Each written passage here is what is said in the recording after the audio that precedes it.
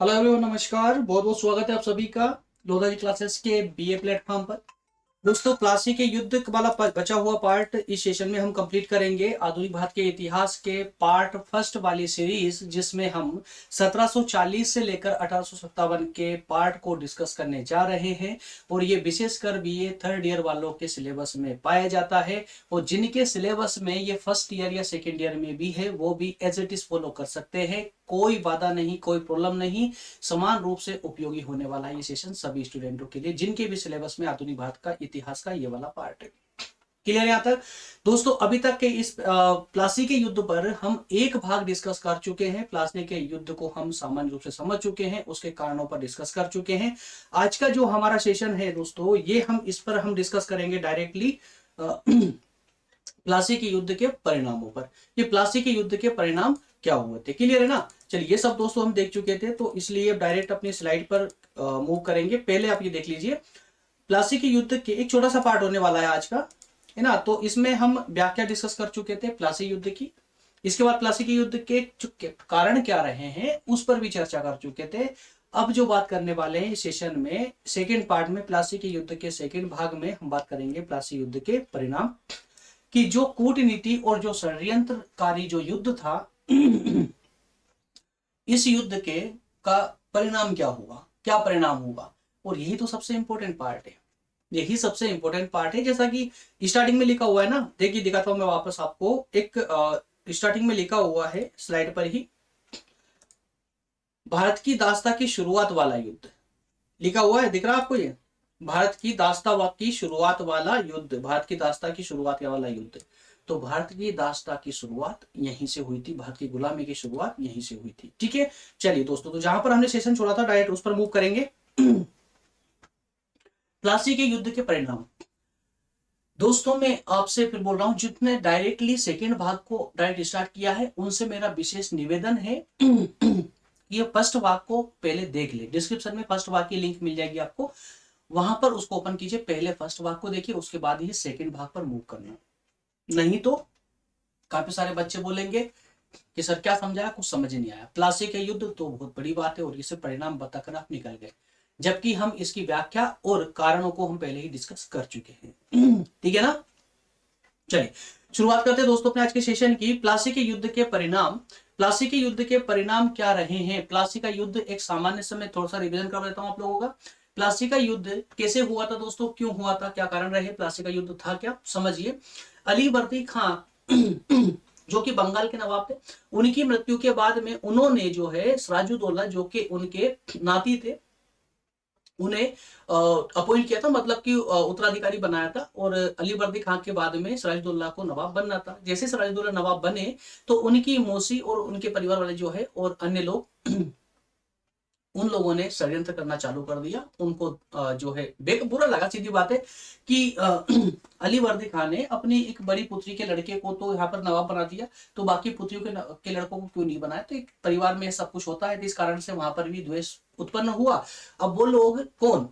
सिराजुद्दौला के परिवार के ही अन्य लोग अंग्रेजों के साथ मिलकर षड्यंत्र करने लगे। इस प्रकार से षड्यंत्रकारी एक युद्ध हुआ जिसमें सिराजुद्दौला की हार हुई, और इस हार के बाद में सिराजुद्दौला की हत्या भी कर दी गई। ठीक है ना? तो इस प्रकार से फिर उसके बाद में मीर जाफर, जिसने अंग्रेजों का साथ दिया था, उसे बंगाल का एक नया नवाब नियुक्त किया गया था। अब इसका परिणाम क्या हुआ? कारण बहुत सारे हमने डिस्कस किए थे, इसके बाद परिणाम क्या हुआ, इस परिणाम पर पहुंचते हैं दोस्तों। इसलिए बार बार बोल रहा हूँ, आपको थोड़ा सा गले में प्रॉब्लम आ रही है, चलो हो जाएगी ठीक। इसलिए बोल रहा हूं कि पहला भाग अगर आप देख लेंगे तो मुझे फिर से कुछ भी चीज रिपीट करने की जरूरत नहीं पड़ेगी, हमारा टाइम बच जाएगा। मुझसे से 10 मिनट या 10 से 15 मिनट के अंदर हम इस सेशन को कंप्लीट कर ले जाएंगे। ठीक है ना? चलिए, तो प्लासी युद्ध के जो परिणाम थे वो परिणाम थे दोस्तों, सबसे पहला जो परिणाम साबित हुआ वो बंगाल पर अंग्रेजी नियंत्रण की स्थापना। अभी तक अंग्रेजों का भारत के किसी भी राज्य पर, किसी पार्ट पर कोई नियंत्रण नहीं था, कोई नियंत्रण नहीं था। भारत पर अधिकार करने का जो ये क्रम था ना अंग्रेजों का, इसकी शुरुआत बंगाल से ही हुई थी और इस प्लासी के युद्ध के बाद से ही हुई थी। मतलब ये हुआ कि प्लासी के युद्ध के बाद में बंगाल की प्रशासन व्यवस्था जो थी ना वो अंग्रेजों के हाथ में आ चुकी थी। एक अप्रत्यक्ष रूप से आई थी परंतु आ चुकी थी। ठीक है। तो इनका पहला, अंग्रेजों की पहली जीत थी भारत के अंदर, ठीक है ना। और इस प्रकार से उन्होंने बंगाल पर अपना नियंत्रण स्थापित कर लिया। दूसरा जो था दोस्तों प्रभाव, वो था कंपनी को क्षेत्रीय लाभ। अभी तक कंपनी को जो लाभ होता था सिर्फ वस्तुओं के आयात से और निर्यात से होता था। सिर्फ व्यापारी कंपनी थी ना, व्यापार करने के लिए आई थी, सिर्फ व्यापार से इनकम होती थी इनको। लेकिन जैसे ही इन्होंने बंगाल पे अधिकार किया तो अब वहां पर क्या हुआ, वहां की पूरी जो प्रशासनिक व्यवस्था थी उसका लाभ भी इनको मिलने लगा। मतलब बंगाल के क्षेत्र का, पूरे क्षेत्र का लाभ इन्हें अब प्रत्यक्ष रूप से मिलने लगा था प्लासी युद्ध के बाद में। नेक्स्ट है कंपनी के गौरव में वृद्धि हुई।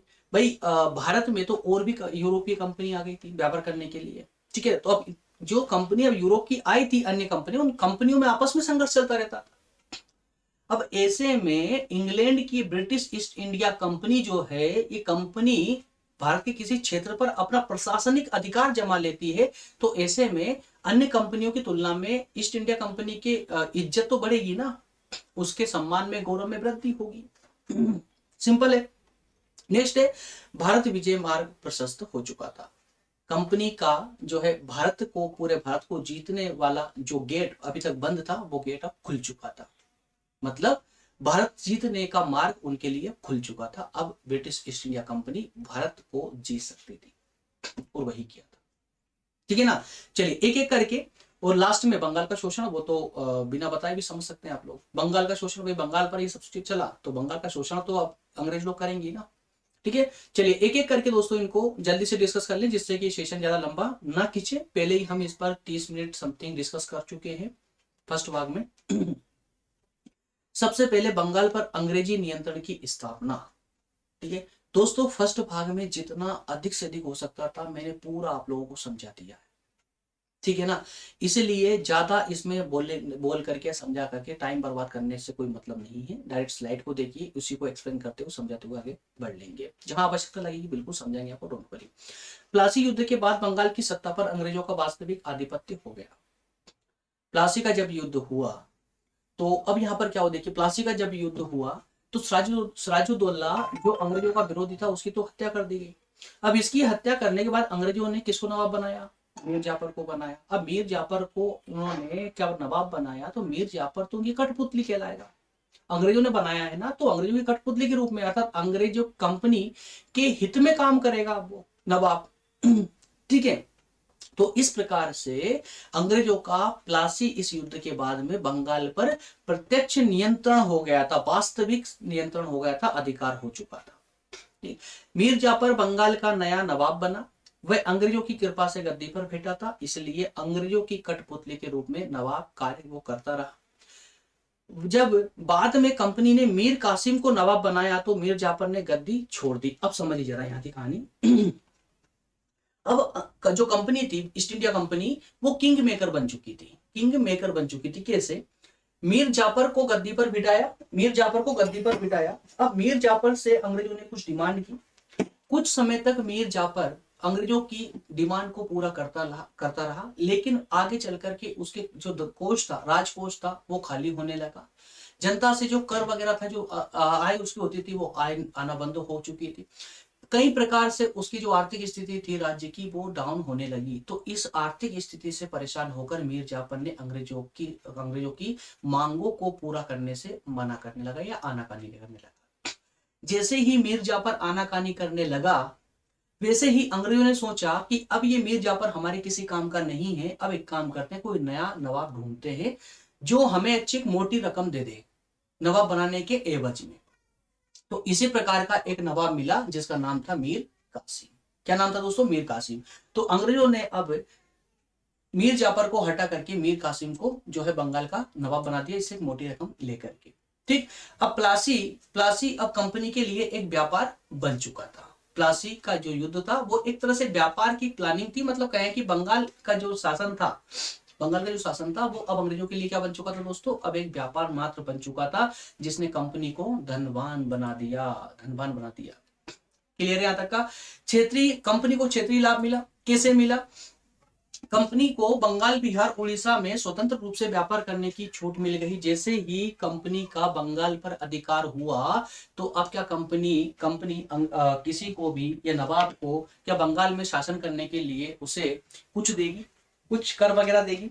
बिल्कुल नहीं देगी, है ना। क्योंकि ये तो मीर जो सिराजुद्दौला थे, सिराजुद्दौला के समय में ही बंगाल में मुक्त व्यापार कर रहे थे अनुमति पत्र का सहयोग लेकर के, ठीक है। लेकिन अब इनकी टेंशन पूरी तरह से समाप्त हो चुकी थी, पूरी तरह समाप्त हो चुकी थी।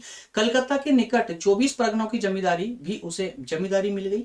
अब कलकत्ता स्थित अंग्रेजों की बस्ती काफी समृद्ध हो गई, जिससे उनके व्यापार में वृद्धि होने लगी। जरा समझिए दोस्तों, यहाँ पर प्लासी के युद्ध के बाद में जैसे ही बंगाल पर अंग्रेजों के कठपुतली नवाब बैठने लगे, वैसे ही अंग्रेजों का जो गढ़ था कलकत्ता, वो कलकत्ता अब आर्थिक रूप से बहुत ज्यादा समृद्ध होने लग चुका था। क्यों? क्योंकि बंगाल के जितने भी परगने थे, सबकी जमींदारी किसको मिल गई थी? कंपनी को मिल गई थी। मतलब ये कि अब जमींदारी के जो कर था ना, वो कर वो खुद ही वसूलते थे। और एक शासन की एक सबसे बड़ी शक्ति क्या होती है भाई? कर ही तो होती है। आज आप कर देना बंद कर देंगे तो क्या देश चल पाएगा? सरकार चल पाएगी क्या? सरकार घुटनों पे, भाई कर से तो पैसा मिल रहा है ना। एक जीडीपी का एक बड़ा हिस्सा हमारे कर से तैयार होता है। तो जब वो कर खत्म हो जाएगा तो बताइए आर्थिक स्थिति कैसी होगी सरकार की? अपने आप खत्म हो जाएगी। वही यहाँ पर नवाब के साथ में, बंगाल के नवाब के साथ में हुआ था, ठीक है ना। कंपनी के गौरव में वृद्धि किस प्रकार से? प्लासी के युद्ध ने कंपनी के गौरव में अब वृद्धि कर दी। अब ब्रिटिश कंपनी एक साधारण व्यापारिक कंपनी से एक ऐसी प्रभावशाली कंपनी बन गई जो शासकों का निर्माण कर सकती थी और उनका विनाश भी कर सकती थी। मतलब किंग मेकर कंपनी बन चुकी थी।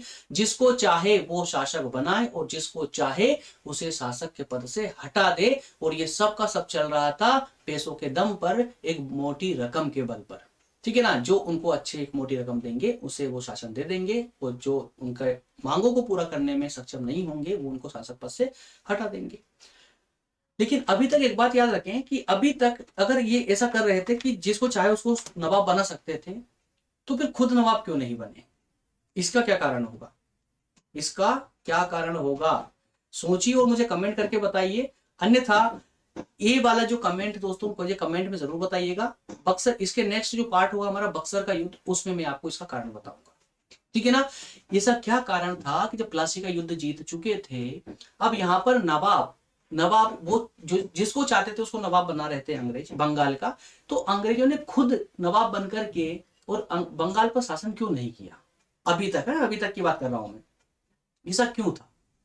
तो इसका जवाब, इसका आंसर मुझे कमेंट करके जरूर बताइएगा, ठीक है। और बक्सर के युद्ध में मैं आपको इसका आंसर दूंगा, ठीक है। अगर कमेंट करेंगे तो ही आपको इसका आंसर मिलेगा, याद रखिएगा, ठीक है। तो प्लासी के युद्ध ने गौरव में वृद्धि की। ब्रिटिश कंपनी जो है अब एक, पहले जब आई थी तो ये एक व्यापारिक कंपनी थी, लेकिन अब ये किंग निर्माता कंपनी बन चुकी थी, किंग निर्माता कंपनी बन चुकी थी, ठीक है। जिसको चाहे शासक बना सकती थी।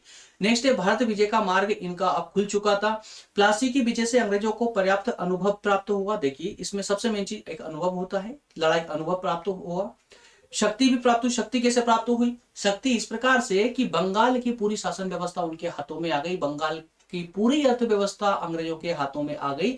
इस अतिरिक्त जो आय हो रही थी बंगाल से कंपनी को, इस अतिरिक्त आय के माध्यम से अब वो मतलब कंपनी अपनी शक्ति में वृद्धि करने लगी, अपनी सेना खुद की तैयार करने लगी, उसको स्ट्रॉन्ग बनाने लगी। क्योंकि उन्हें अच्छी तरह पता था अगर हमारी सेना में अगर सेना की संख्या ज्यादा होगी, सेना अगर अच्छे से संगठित हम कर पाए तो भारत को जीतना कोई बड़ी बात नहीं होगी। क्योंकि भारत कई बहुत सारे छोटे छोटे टुकड़ों में बटा हुआ था और हर एक टुकड़े का, हर एक जो क्षेत्र का जो एक राजा हुआ करता था, और ये राजा भी आपस में लड़ते भिड़ते रहते थे। तो इस चीज का इसीलिए तो अंग्रेजों को कहा जाता है डिवाइड एंड रूल्स को अपना इन्होंने, फूट डालो शासन करो की नीति का पालन किया अंग्रेजों ने, और इस प्रकार से इस नीति के माध्यम से ही पूरे भारत पर अधिकार कर लिया अंग्रेजों ने, है ना। तो इस प्रकार दोस्तों अगर मान ले उस समय इतने राजा थे भारत के, छोटे छोटे राज्यों में बटा हुआ था भारत, पूरा अखंड भारत की संज्ञा की अगर उस समय अखंड भारत बन जाता, मतलब पूरे एक छत्र के नीचे अगर सभी राजा आ जाते ना, तो अंग्रेजों की औकात नहीं थी कि भारत में वो कुछ एक कदम भी बढ़ा पाते, बल्कि वो उनको भागना पड़ता भारत छोड़कर। लेकिन फूट डालो शासन करो की नीति एक ऐसी नीति रही जिसने सभी राजाओं को चितर बितर कर दिया, अलग अलग कर दिया। है ना। तो प्लासी की विजय से अंग्रेजों को पर्याप्त धन और अनुभव की शक्ति प्राप्त हुई। इससे उत्साहित होकर वे भारत के अन्य भागों पर भी अधिकार करने का सपना देखने लगे। अंग्रेजों को अब इस बात का ज्ञान हो गया था कि सिराजुद्दौला के समान ही अन्य भारतीय शासकों पर भी विजय प्राप्त करना कोई कठिन कार्य नहीं है, कोई कठिन कार्य नहीं है। क्लियर है यहां तक का। बंगाल का शोषण, अब दोस्तों जैसे ही बंगाल पर प्लासी के युद्ध के बाद बंगाल पर अधिकार होता है अंग्रेजों का, वैसे ही बंगाल के अब काले दिनों की शुरुआत शुरू हो जाती है। बंगाल में बड़े भयानक भयानक अकाल पड़ने शुरू हो जाते हैं, और ऐसे अकाल दोस्तों कि भूख के मारे हजारों की संख्या में लोग मरने लग जाते हैं। वो लंबा अकाल चलता है, कई बार अकाल पड़ता है, लेकिन ब्रिटिश सरकार उसके लिए कोई विशेष कदम नहीं उठाती है। एक कीड़े मकोड़ों की तरह सिर्फ मरने के लिए छोड़ दिया था उन लोगों को। और एक समय जब बंगाल भारत की, जो भारत सोने की चिड़िया कहलाती थी ना, तो सोने की चिड़िया का ही मान लीजिए सर था बंगाल, क्योंकि बंगाल भारत का पूरा सबसे समृद्ध क्षेत्र था भारत का, ठीक है ना। तो प्लासी के बाद कंपनी ने भारतीय अधिकारियों को निर्देश दिया कि बंगाल को भविष्य में मुंबई मद्रास जो ये प्रेसिडेंसिया है इनका खर्च भी उठाना चाहिए। क्यों? क्योंकि बंगाल एक समृद्ध प्रांत है। इसके अलावा उन्होंने ये भी आदेश दिया कि बंगाल की आमदनी से ही कंपनी के भारतीय निर्यातित जो माल है उनको खरीदना चाहिए। अब समझिए, भारत के माल को भारत के पैसे से खरीद करके, और जो उसको प्रॉफिट हो रहा है वो इंग्लैंड जा रहा था। उनकी नीति देखिए, कूटनीति देखिए। बंगाल बंगाल से जो आय होती थी, अतिरिक्त आय, व्यापार की नहीं, प्रशासन की आय, बंगाल की जो आय होती थी उस पैसे से ये लोग व्यापार करते थे, भारत की ही वस्तुओं को खरीदते थे। वो खरीद करके इसका जो मुनाफा, जो बेनिफिट होता था, वो बेनिफिट इनका इंग्लैंड जाता था। नीति अपनाई। इससे पहले, प्लासी के युद्ध से पहले तक अंग्रेजों को मोटी रकम दोस्तों भारत के लिए इंग्लैंड से मंगवानी पड़ती थी, सोने के रूप में, गोल्ड के रूप में, या नगद कैश के रूप में, या किसी भी वस्तु के रूप में एक मोटी रकम मंगवानी पड़ती थी भारत में व्यापार करने के लिए। लेकिन जैसे ही प्लासी का युद्ध हुआ तो अंग्रेजों की अब ये टेंशन खत्म हो गई। इंग्लैंड से अब इनको पैसा मंगवाने की जरूरत नहीं थी। क्यों? क्योंकि अब बंगाल उनको पैसा दे रहा था अंग्रेजों को व्यापार करने के लिए। अब इस जब सोचिए कि उसी पैसे से उनको व्यापार करना है, और मतलब व्यापार करने के लिए उन्हें कोई पैसा लगना ही नहीं है, वो सिर्फ उनका अधिकार, बेनिफिट जो बेनिफिट हो रहा है उस बेनिफिट पर, उसके प्रॉफिट पर उनका अधिकार रहेगा। तो सोचिए उनकी स्थिति कैसी हो जाएगी। तो स्थिति बड़ी खतरनाक होने लगी। कंपनी की शक्ति बढ़ गई, कंपनी की आर्थिक स्थिति एकदम आसमान को छूने लगी। कंपनी के प्रत्येक जो कर्मचारी थे वो तक अमीर बन गए। इतना बेनिफिट हुआ इनको बंगाल के युद्ध से, याद रखिएगा, बंगाल से, ठीक है ना। तो इसके अलावा दोस्तों बंगाल की आमदनी से कंपनी के भारतीय निर्यातित मालों को खरीदा जाने लगा। अब कंपनी भारत में केवल व्यापार ही नहीं कर रही थी, बल्कि बंगाल से प्राप्त धन का इस्तेमाल अपनी सैनिक शक्ति बढ़ाने में करने लगी। ठीक है, यहां तक तो मेरे ख्याल से कोई डाउट नहीं होना चाहिए। इस प्रकार से दोस्तों प्लासी के युद्ध की एक व्याख्या हमने देखी। इसके अंतर्गत हमने प्लासी के युद्ध को समझने का प्रयास किया। प्लासी का युद्ध क्यों हुआ था उसके कारणों को हमने भी देखा इसके पहले पिछले भाग में। इस भाग में हमने देखा कि इस प्लासी के युद्ध से क्या परिणाम हुए थे। हालांकि परिणाम तो दोस्तों बहुत ज्यादा विस्तृत थे, लेकिन आपके सिलेबस के लिए जितना जरूरी था, मैंने आपको प्रॉमिस भी किया है कि जितना जरूरी आप लोगों के लिए होगा ना, सटीक रूप से डाटा मैं आपको वही दूंगा। लेकिन लेक्चर के माध्यम से आपके अंदर इतना डाटा भर दूंगा आपके मस्तिष्क में कि आप कितनी भी कॉपियां लिखोगे तो आपका डाटा समाप्त नहीं होगा, खत्म नहीं होगा। अगर आपने ये दोनों लेक्चर की अगर स्टोरी बहुत अच्छे से पूरे ध्यान से अगर सुनी है, तो मैं पूरी उम्मीद से कह सकता हूं कि अब आप सिर्फ 2 पेज नहीं 10 पेज भी लिखोगे तो भी आपका डाटा खत्म नहीं होगा, उस पर लिखते ही चले जाओगे।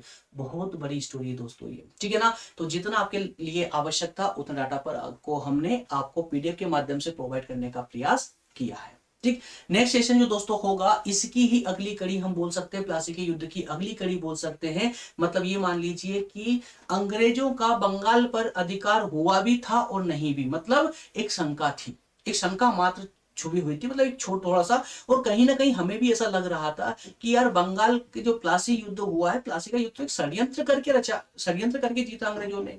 लेकिन कुछ लोगों का भी मानना था कि अंग्रेज अगर वास्तविक रूप से सिराजुद्दौला से भिड़ जाते तो अंग्रेज जीत नहीं पाते। क्यों? क्योंकि अंग्रेजों के पास में सेना बहुत कम थी, मुट्ठी भर सेना थी। भाई सिराजुद्दौला के पास तो इतनी लाखों में सेना की तादाद थी, तो अंग्रेज जीत नहीं सकते थे। ठीक है, तो इसलिए लोगों ने कहा कि अगर अंग्रेज वास्तविक रूप से अगर युद्ध करते तो अंग्रेजों को सफलता नहीं मिलती। ठीक है, तो दोस्तों कुछ इतिहासकारों का यह भ्रम बक्सर के युद्ध में समाप्त हो जाता है। बक्सर के युद्ध ने, बक्सर का युद्ध बंगाल के लिए एक निर्णायक युद्ध साबित हुआ, निर्णायक युद्ध।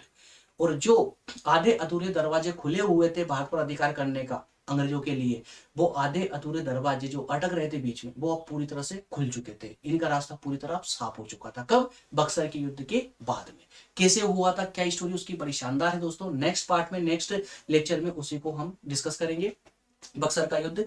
मिलेंगे दोस्तों बहुत जल्दी नेक्स्ट सेशन में। तब तक आप सभी का धन्यवाद। और एक बार विशेष फिर से, अगर आप में से किसी भी स्टूडेंट ने अभी तक टेलीग्राम चैनल को ज्वाइन नहीं किया है तो जल्दी से कर ले, बिल्कुल भी लापरवाही ना करें, अन्यथा बाद में आप लोगों को ही पछताना होगा। टेलीग्राम दोस्तों ये ग्रुप आप लोगों के लिए बनाया गया है जिससे कि आपको सभी आवश्यक अपडेट, चैनल की अपडेट, आपके लेक्चर की अपडेट, आपके एग्जाम की अपडेट, सभी आवश्यक महत्वपूर्ण नोट्स और आपको लेक्चर के लिंक इस ग्रुप पर ही प्रोवाइड की जाती है। इसे जल्दी से इसको ज्वाइन करें, इस ग्रुप को, टेलीग्राम ग्रुप को, ठीक है। इसके अलावा दोस्तों मैं फिर से बोल रहा हूँ, अगर आप किसी भी यूपीएससी की तैयारी या स्टेट पीसीएस की तैयारी या किसी भी किसी भी जो है कॉम्पिटिटिव एग्जाम की तैयारी कर रहे हैं ना, तो प्रज्ञान हिंदी को जरूर विजिट करना। एक बार उस पर जाकर विजिट जरूर करना, उसका एक सेशन जरूर देखना, कोई भी स्टार्टिंग वाला सेशन देखना। वहां पर आपको देखने को मिलेगा कि जब हमने संविधान स्टार्ट किया तो बिल्कुल जीरो से हमने बात की, ताकि स्कूल वाला बच्चा होगा तो वो भी समझेगा, उसको भी समझ आएगा, और अगर कोई एडवांस बच्चा होगा तो उसको भी पूरा समझ आएगा, दोनों के काम की चीज है, ठीक है। अगर आप यूपीएससी की तैयारी कर रहे हैं या एक आध 2 साल कर भी चुके हैं दोस्तों, तो आपको कभी भी एनसीईआरटी पढ़ने की आवश्यकता नहीं पड़ेगी, इतना भी प्रॉमिस करता हूं। इतने जीरो से हमने उस सेशन को स्टार्ट किया, जल्दी से उसको ज्वाइन जरूर करें। मिलेंगे नेक्स्ट सेशन में, तब तक आप सभी का धन्यवाद, बहुत बहुत धन्यवाद, थैंक यू।